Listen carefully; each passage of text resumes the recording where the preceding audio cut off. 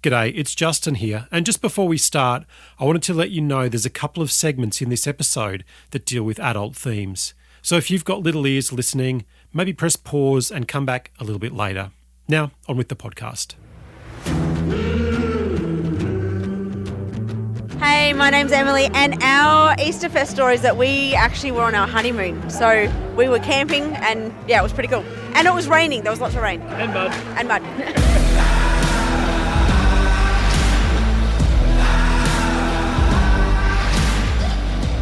Thanks for joining me again on the Rise and Fall of Easterfest. I'm Justin Rouillon. In the last episode, we focused on the music and the stories of some of the bands and artists who made the annual Easterfest event what it was. But Easterfest and the AGMFs before it were so much more than a music festival. Once you start talking to anyone involved, from the organisers, the volunteers, the artists and the attendees, the same words keep coming up: unity and community. This is former Easterfest CEO Isaac Moody. It's incredible when churches work together for the good of the community, what can happen. And really, if there's any thing to remember about Easterfest, is that is really what happened. It was churches taking the time out to be great churches and run their congregations and do all of that, but also have a broader vision for their city and their community. To the many people who made the annual Easter pilgrimage to Toowoomba, it was like getting together with their people and was so much more than just about the music.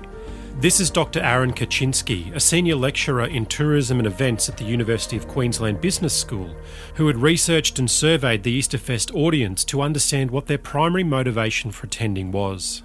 My PhD was in market segmentation, which is basically splitting people and putting them into specific groups.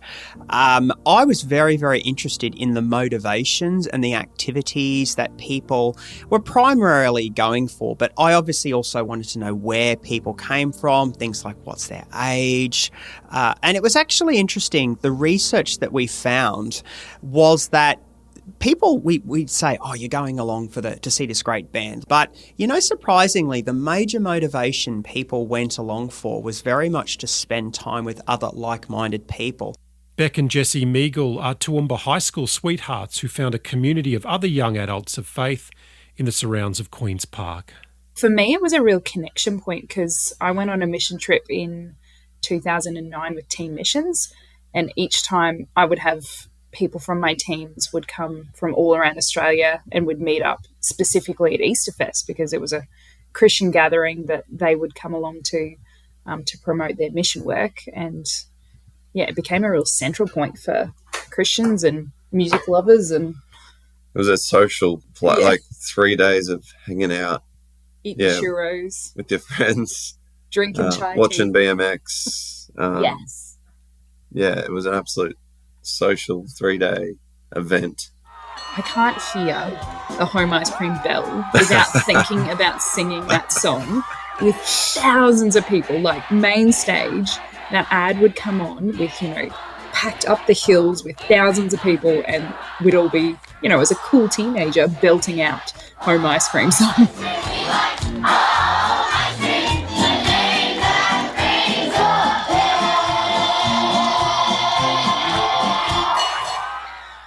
To have that much stuff going on that's so positive for young people just changes atmospheres, it changes towns, and it had a significant impact on the city of Toowoomba. And I just love the community effect that a festival like that has, that it's not just about the music, it's actually about people and about the community. And it was such a great festival that engaged the local business, engaged the local police, engaged the local shop owners, and every stakeholder was engaged in that city. And compliments to the Easterfest team. That's exceptional how they did that. And we were very honoured to partner with Easterfest as Red Frogs. This is Andy Goulet, founder and director of Red Frogs Australia, who created their own festival within a festival, combining all manner of extreme sports in the Red Frogs Coliseum. It definitely was the easiest festival we've ever done.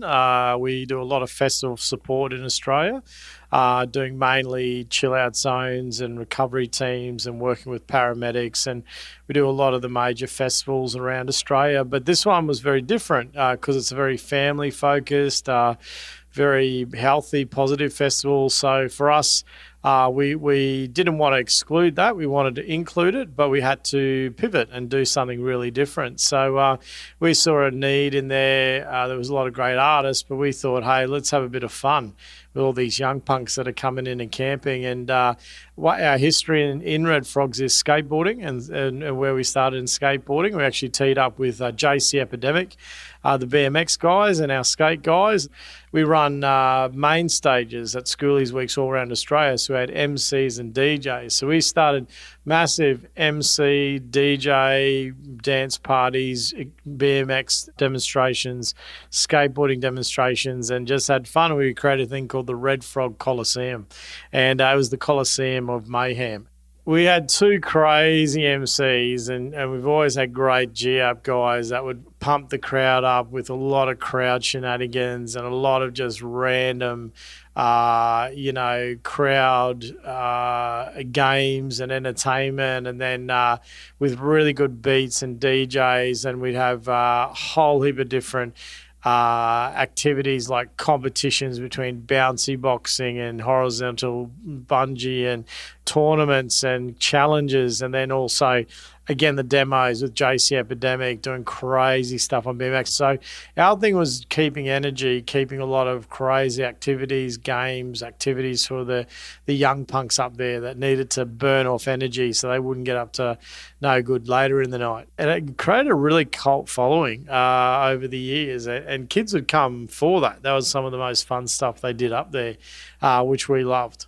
So loved was the Red Frogs experience at Easterfest that many of the teenagers who hung out in the Coliseum would go on to be Red Frogs volunteers themselves. Well, a lot of our stakeholders are from local churches all around Australia. In fact, we have over 390 different churches involved with frogs. And basically, this is a great place to promote Red Frogs, to get workers and get people to sign up to volunteer in Red Frogs. And it actually worked really, really well. We actually engaged, because you have to be 18 to do Red Frogs, we actually engaged with a lot of 12, 13, 14, 15-year-olds over a long period of time. So when they got to 18, they all wanted to do Red Frogs because they knew us from Easterfest. So Easterfest basically became some of our first touch points with future froggers. And they knew us from Easterfest. And then when they started the schoolies and unis stage of their life, they came and volunteered with Red Frogs instead of getting loose at those festivals, which is fantastic. So Easterfest was a great gateway for many, many great Red Froggers. That connection between Red Frogs and the action sports organisation JC Epidemic wouldn't just change the lives of Aussie teenagers. It would lead to something special that would work towards ending modern-day slavery, even inspiring the royal family. Meghan Markle wearing the product was unbelievable. What it meant for us was that we saw a spike in sales, obviously, but we also saw a huge spike in web traffic. And those two things alone were mind-blowing as to just how powerful one human being can be in influencing a nation or influencing a segment of the world. We sold out of the particular jeans she was wearing in 24 hours. It was unbelievable, but I think the greatest thing that she's done for us is she told our story. This is James Bartle, the founder and CEO of socially conscious fashion label Outland Denim. His company produces jeans and other denim products with a focus on sustainability and environmentally friendly production methods. The company's main goal, though, is to provide jobs to some of the most vulnerable people in the world. Women who have fled or have been rescued from human trafficking. In short, the company is doing its bit to end modern-day slavery. I had the opportunity to travel with a rescue agency actually into Southeast Asia and see it firsthand, and it was on that trip that I witnessed a little girl that was for sale, and I could see, the fear and intimidation in her eyes, which was something that you can't unsee. Now having witnessed that, I wanted to be a part of the solution, although we're only a small part of the solution at the moment. It's absolutely why we do what we do. This is James talking to 96.5 in 2019. I guess I've got a bit of an entrepreneurial streak, and I also believe that business is really probably a solution to a lot of the problems we face around the world today. So when I saw the problem, I also saw that there was opportunity to change it through business, and so I really wanted to just generate a business model that could solve that problem. And I believed that once you've been made aware of a problem like this and impacted in a way that I had been impacted by it, by seeing somebody firsthand that was actually a slave, you just can't turn your back. And all of this was born from Easterfest, when James, who was the co-founding director of JC Epidemic, alongside Andy Sorden, discovered Destiny Rescue at the festival. Destiny Rescue was a regular sponsor of Easterfest, highlighting their work across the globe to rescue children from sexual exploitation and human trafficking. And it was in 2011 that they invited James to travel with them to Southeast Asia. This is James and Andy speaking to Good TV at Easterfest 2014. I was racing motocross before I became a Christian, and so the easy way for me to be able to go and tell people was to be able to go and do some freestyle motocross and do some shows and get their attention and then tell them what God had done for me. And for Andy, he's working in the surfing industry, and so he used that to be able to go out and share his faith with people as well. And Easterfest is actually the one show every year where we put everything together and we just throw it all on the line, and our guys love coming to Easterfest to be able to, give their best. Over the past 10 years, the ministry has taken on a number of different new enterprises, and one of the things that we're really passionate about is not only putting on our performances and telling people about Jesus that way, but also through the clothing line. It was actually at Easterfest about 3 years ago. We were here and we came across this organisation called Destiny Rescue.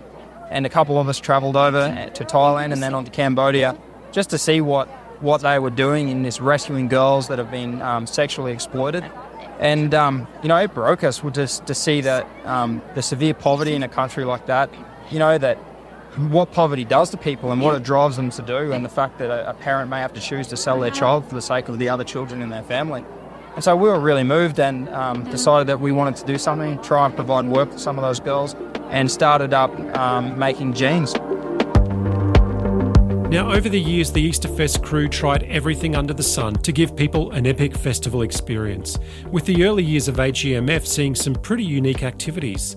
This is former Easterfest CEO Isaac Moody. As an event organiser, you're always trying to put together a combination of things that people will love. You want it to be attractional for people to come, and then once they're there, you've got to give them a great time. We tried everything over the years. I remember doing snowboarding in Queen's Park, where we got a big ice manufacturer, and they trucked in lots of ice, and then we smashed it all up and towed people behind motorbikes on snowboards, and there was a lot of accidents and people breaking their arms and a lot of stuff you wouldn't get away with actually today. So we had a lot of fun doing it. And then, yes, we did do a rodeo one year. Not everyone's a fan of rodeos. People either love them or hate them. And so I think some people didn't want us to keep doing it. It was a bit controversial. So that only happened one year, but it was a good amount of fun. There was a rodeo and we got so much heat from the animal rights activists. This is Easterfest event manager Linda Monteith. Back then we had faxes, and we'd be getting faxes from them all the time, getting mad about the fact that we had a rodeo. And who would go to a rodeo other than Easterfest or AGMF, which is probably what it was at that time. In one of the earlier years, we had a zoo. I remember there was a lion and an alligator or crocodile or something on site. That was quite funny. There was some really exciting things. Like, we were able to do some things that wouldn't normally happen because we had the space and the finances and the crowd to make some things work. For those who wanted to slow their festival experience down, there were plenty of options to engage your brain, with speakers from across Australia and around the world running sessions, forums and workshops covering all manner of topics. This is Steve Davies, former State Director of the Bible Society in Queensland. We had a couple of different speakers come along to different things. There was a tent that I remember they had like all the hay bales and everything, and it was, so we had different speakers coming in talking about biblical issues and stuff in there too. I think one of the years we launched the Poverty and Justice Bible, which was a really interesting one that we did with World Vision and a few other guys. And in that Bible, we highlighted the justice issue of the scriptures, not just the righteousness issue, but God is about justice for this generation and more than social justice, a biblical worldview on justice. In 2008, Steve made headlines when the Bible Society brought out Pastor Craig Gross of XXX Church, who had more than 500 people attend his discussion on the degenerative effects of porn in society. The XXX Church guys had engaged with us and we'd made a Bible that they were using to reach out to those in the porn industry, actually. Jesus Loves Porn Stars was their little thing. But so we decided we'd get there, and we set up a little bit of a panel. And we sort of said, look, if you're under 15 or 16, you have to come with your parents. But it was really encouraging to see dads bringing their kids along. And we wanted to be sensitive about it. And so we got a panel of different church leaders to talk. And, you know, we had guys that had had serious struggles in this area, right through to, you know, there was a youth pastor who said, look, he's been a Christian 20 years and never engaged in it. And, you know, he's married and he's quite free. And it was interesting to show the dynamic. And so afterwards we had lots of young men and fathers even come up and say this was amazing, because it's something that a lot of times we don't engage with. So it was a closed meeting, but it was men's secret business. But Easterfest made that happen. I mean, having the audience that they had and doing that. So that was really exciting too. That was something we were pretty pumped about. Okay, so we now have the New Zealanders in the bat and the North Americans bowling. And would it really be an Australian experience without cricket? For Andy Goulet of Red Frogs, there was only one thing to do. We had a lot of international artists come over, but we thought, what was a real Aussie thing we could do? What's an Aussie experience they could be a part of to really cap off the Aussie experience? We thought cricket. Of course, it's cricket just come out of cricket season, but cricket's the way to go. So we've got all these Americans that know how to play baseball to try to hold a cricket bat and have a go. And then we mixed up the teams, a few Aussie bands, a few US bands, and then I got the job of umpiring, which is fun, you know. And I was pretty lenient, I must admit, to the Americans. So a few LBW decisions that probably should have been out, but we gave them the benefit of the doubt there for sure. We're going to take a short break, but when we come back, love is in the air at Easterfest. What are the chances that you'd meet your life partner at the event? Plus, the festival experience for the bands and artists. How did Easterfest promote unity and community amongst the musicians that would travel up to Toowoomba each Easter?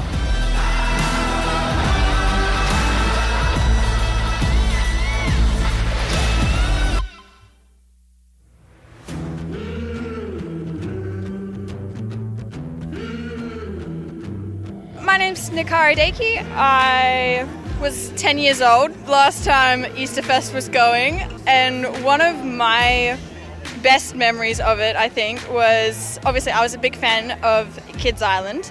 At the time, I was too young. I didn't even realize it was a music festival. I just thought it was this festival that everyone turned up to, and it was based around Easter, and music just happened to be part of it. But yeah, there was this guy at Kids Island. His name was Linton Allen, and he would do oil paintings. And he would tell a story as he was making this painting, and it was just so mesmerizing to watch. And my brother's name is Linton as well. So after he finished one of his stories and paintings, he went up and he saw that he signed Linton at the bottom. And he's like, "Oh, is that one for me?" And he's like, "No, sorry, that's just my name." So that and just trudging through water every time it flooded.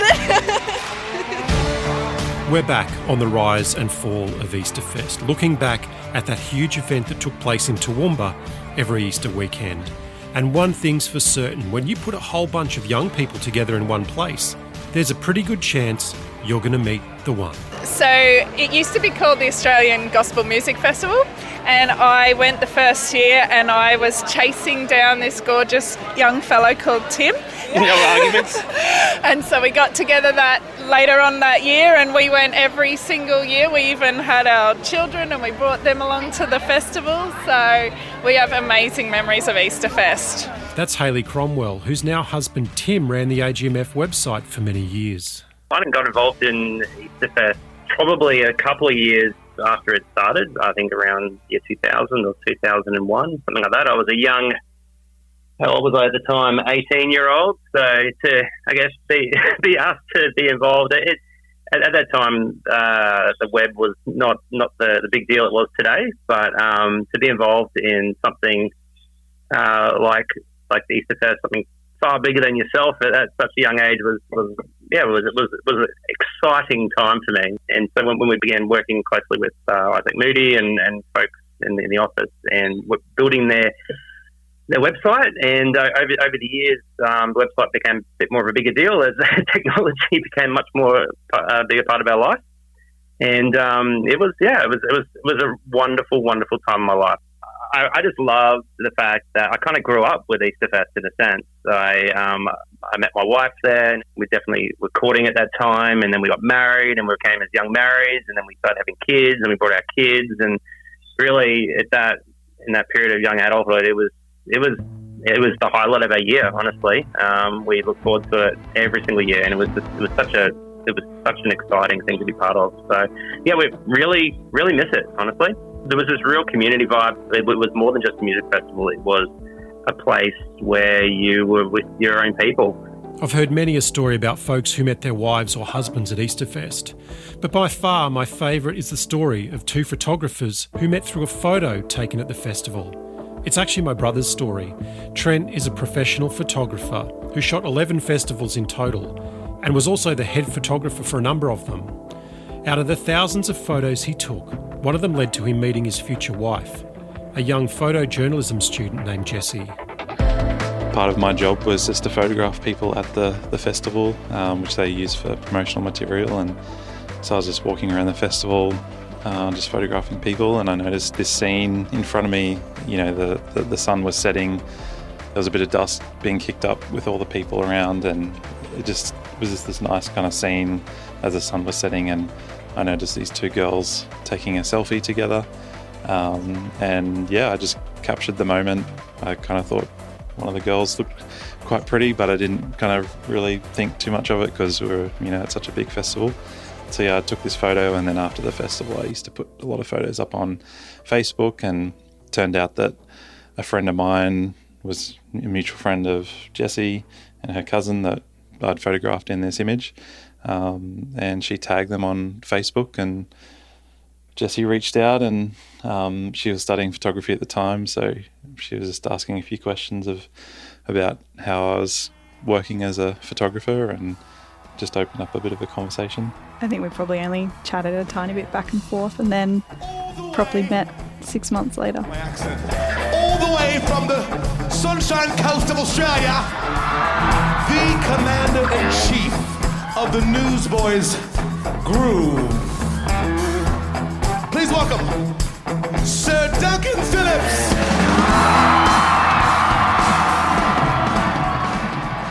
Easterfest would also give Trent one of his career highlights when in 2010 he found himself just in the right spot to snap an iconic image of Easterfest that would actually go on to grace the back cover of one of Christian music's biggest acts. It was 2010 when the Newsboys were headlining the festival. This particular year, they had put a catwalk, a runway from main stage out into the crowd, and the lead singer from the Newsboys, during one of the songs, ran down to the end of this catwalk, and I just happened to be in a good position and at a good time, and I was kind of perched on the corner of the stage, and he ran out to the end of the catwalk, and he started getting people to kind of wave their hands above their head. And you couldn't see the runway, the catwalk at all. You could just see this sea of people, and the blinders from main stage lit up the crowd as they were kind of waving their hands above their head. And I just captured this image of that, and yeah, you could just see the lead singer in the midst of this sea of people. So after that festival, I got a message from one of the managers of the Newsboys, and they were keen to use that image in, some CD artwork for their latest album that was coming out later that year. So yeah, it was a pretty cool moment. When I first saw the CD, it just had the typical Newsboys cover image of them on the cover, and then you flip the CD cover over, and that image was used on the back of the CD, which was pretty cool to see your work published in that way. So that was a pretty cool memory. In the last couple of years of Easterfest, as organisers tried to heighten the festival experience, creativity and overarching themes came to the fore. The 2014 festival operated under the theme of Crazy Love, with the final festival incorporating the theme of Love Changes Everything for the Easter weekend. This is event director Dave Schenk talking to Easterfest TV in 2014 about the theme Crazy Love. Crazy Love for us, that came out of thinking about Easter. For us, it's all about an expression of God's love. What Jesus did for us at Easter, the extent to which God was willing to go to be in relationship with us is just way beyond what we would normally think in terms of love. We try to forgive and we try to love people, but we will tend to hold back when people have hurt us, but God just gives himself completely to us. I think that kind of love is just, by human standards, crazy. And so that's what crazy love means for us. One of the things that we're trying to create was a wow effect for people when they came into the festival for the first time. And so what we did was we built a 3-tiered chandelier of 150 lights or something with umbrellas hanging from it and a 5-minute light show with a sonic landscape. Chandelier's not quite the word. Light installation, moving light installation is probably the best way to describe it. That's Jeff Crabtree, whose main job as creative director was to think outside the box as to what the event could be. We had a crowdsourced painting, and we had this idea that we would set up a 16-metre long wall of canvas and have artists guide people to contribute to this crowdsourced painting. We're interested in making artistic statements that went just beyond the music that's being performed. Instead of being one 3-day-long painting, it became like 7 or 8 paintings that evolved as each sort of set of themes would emerge over the 3 days. It was quite fascinating.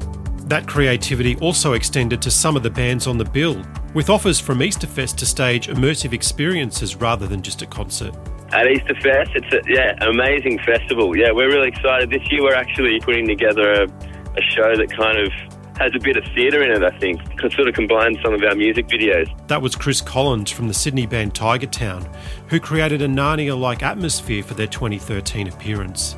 That show is one of Dave Schenk's favourite moments of Easterfest. Tiger Town did a show where we were really investing in kind of creative elements, and we turned the venue into like this winter wonderland. My wife had gone out and emptied Crazy Clark's or something like that, the reject shop, something like that, after Christmas that year. I think it was about 120 Christmas trees. We bought them all on clearance. And so we filled the venue with Christmas trees and snow machines and put a boat on stage and basically created the atmosphere of one of their songs. That sort of stuff was amazing. And what was the experience for the artists who performed at the festivals over the years? Once again, that word community comes up again, whether it's with other bands or the wider Easterfest crew. This is Matt Jacoby from the Australian band Sons of Korah.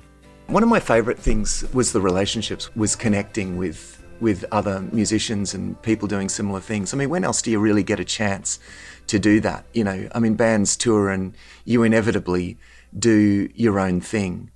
And there's nothing like community. And Christian faith is very much about community and the opportunity to meet and get to know other musicians whom to this day I still connect with. And I guess those moments and that forum really enabled the formation of those relationships, you know, and some of those people we've sort of worked with since, you know, we've drawn on them or we've, you know, because you sort of collaborate in different ways, and those relationships go back to the community that was created through Easterfest. This is Paul Coleman. There's not many sort of large Christian festivals, I guess, in the world that I haven't really played at. And all that to say, it was right up there with anything, you know. Even back then when it was AGMF and there was volunteers, there was people, there was sound people, there was lighting people. It was professional, I thought anyway. It was just small because they were starting. But I think the attitude was, let's do it right if we're going to do it. And I really respected that. I forget a lot of the songs I played and heard, but I don't forget the people and the connections, and I still have some of those connections in my life, and they're really valuable. This is singer-songwriter Claire Hazard. I think that Christian music needs community. Well, we need community. Humans, the human endeavour needs community, don't we? So yes, Easterfest was a crucial, I would say it was the pivotal festival. I did end up playing at Black Stump as the years went by and they were great, and I'm not minimising those, but there was something about Easterfest, and I think God had his hand on that. For Nathaniel McManus of the band Rookie, that sense of community now has an even greater meaning.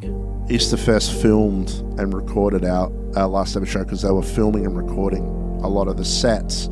Dave Shank later on, like years down the track, found our show and he just gave it to us. And now I have it in my Dropbox. And for those of you who don't know, our singer, Andrew, who everyone knew as Witty, he passed away.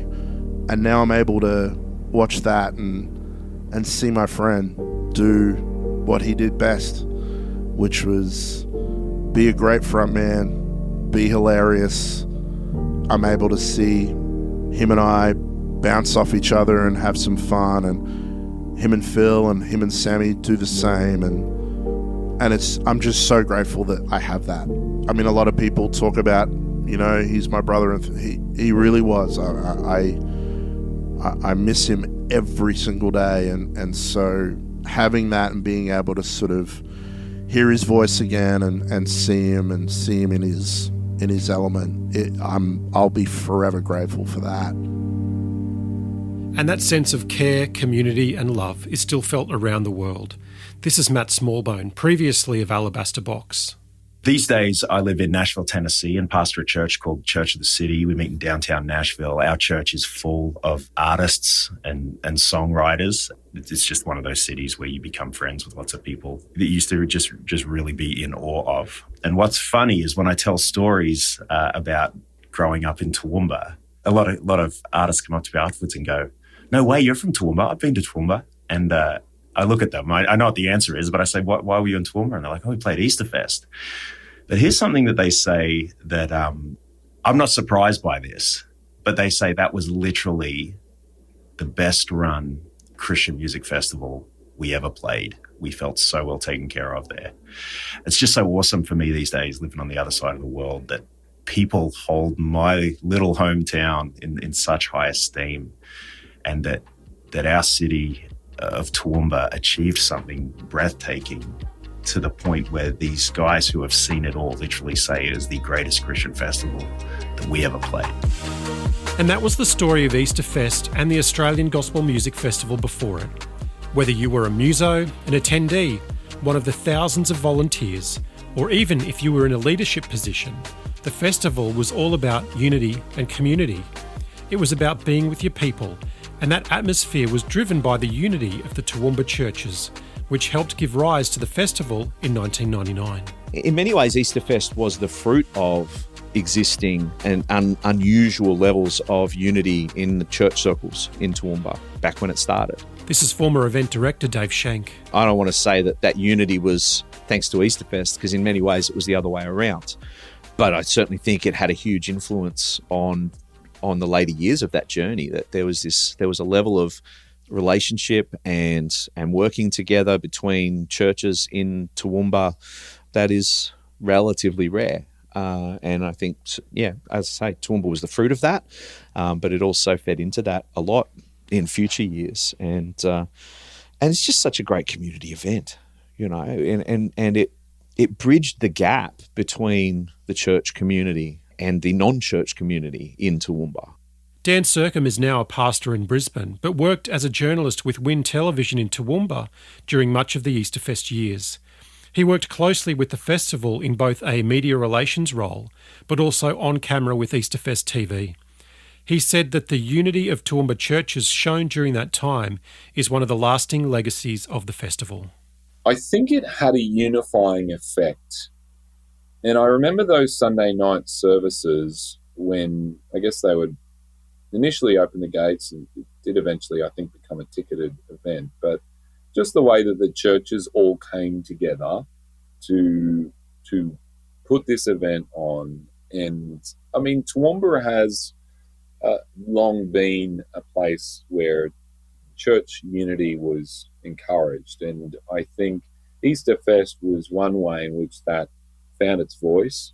Churches came together to be able to worship Jesus and to glorify God together in that sort of space. So I think it was very public. People, you knew that it was a Christian event, and what the public saw was a lot of young people coming together, but people of all ages as well, coming together because of their faith in Jesus, to celebrate at the most, Easter and Christmas being the most sacred of weekends of the year, but the focus being on Jesus. And that was a wonderful thing for the city to see, and to see the love that was shown through that event, in the way that it was run as well, the way that the volunteers came in and gave their time and energy. It had an impact. I hope you've enjoyed this episode reflecting on some of the things that contributed to the Easterfest experience, making it more than just a music festival. Next time on the Rise and Fall of Easterfest, we'll be looking at the fall and the events that led to the festival calling it quits 10 years ago in 2015. I wandered down to main stage on the Sunday morning after all that flooding, and you had a water line along a fence, or on the crowd barrier right at the front of stage. The water line was just above a metre high. So I don't know at what point it got that high, but I assume that there was still a few thousand people standing in that at some point, because it was crazy. That's next time on the Rise and Fall of Easterfest. But don't forget, if you want to continue the Easterfest experience, we've created a special playlist over on Spotify. It's crammed full of Easterfest and AGMF artists from 1999 all the way through to that final festival in 2015. I'll put that link in the show notes. And if you're enjoying the podcast, don't be afraid to go hard with the 5 stars. Leave us a 5-star rating and a review with some of your favourite Easterfest moments. Your ratings and reviews will help other people find the podcast and relive one of the best times of their lives. We'll be back next week with the fall on the Rise and Fall of Easterfest. I'm Justin Rouillon. Thanks for listening.